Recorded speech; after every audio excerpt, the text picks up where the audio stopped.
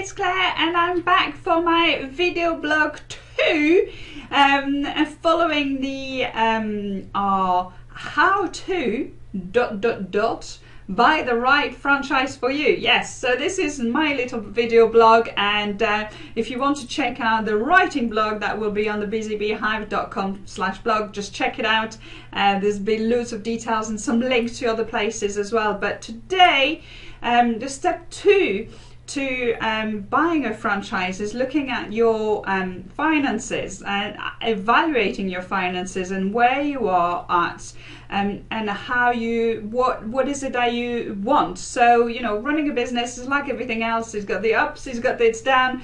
But at the end of the day, we're still here to make a profit, right? So you need to make sure that whatever you're doing, whether it's a startup or a franchise, it's going to work for you. And not everybody is kind of sitting on a whole lot of cash, which would be really nice. Perhaps you've been made redundant. Perhaps, you know, you've got a family or somebody, you know, left you some money. In that case, you may be already having that kind of startup investment that you can put towards a franchise. The main cost really when you're looking at a franchise is the first cost is your franchise fee, which is the setup cost. But then you need to think about also in evaluating where you are in terms of, you know, how much income do you need? You know, what doesn't it, you need to actually cover your mortgage and, you know, food on the table, bills and all that kind of things. What is it that you're trying to achieve? And then, you know, from there you can then work out, you know, the other way around sort of things. You know, what can you afford, and then what do you need to achieve to be able to live, you know, and have a harmonious life, you know. So the franchise, typical startup cost for a franchise would be your franchise fee, so the setup cost.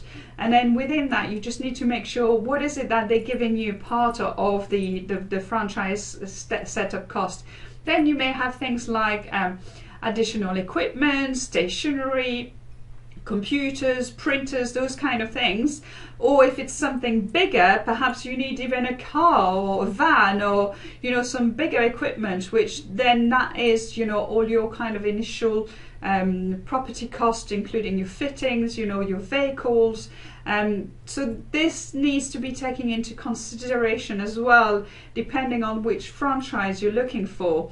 Some other costs, such as you may need extra training, you may need some stock, depending on what is it that you're doing. Think about your staff cost. So your setup cost should look like, you know, and obviously your franchisor will give you a plan and a projection on whether it's 3 years or 5 years plan, so you can have a really good look at all the finances and see how that would work for you.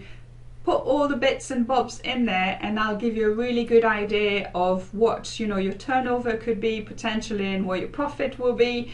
You know, once you've got all those costs analyzed and evaluated, and, you know, you're loving it and you're making some kind of profit in it, well, this is a good way to actually think, right, you know what, I think that's going to work and I really want to get further with that particular franchise.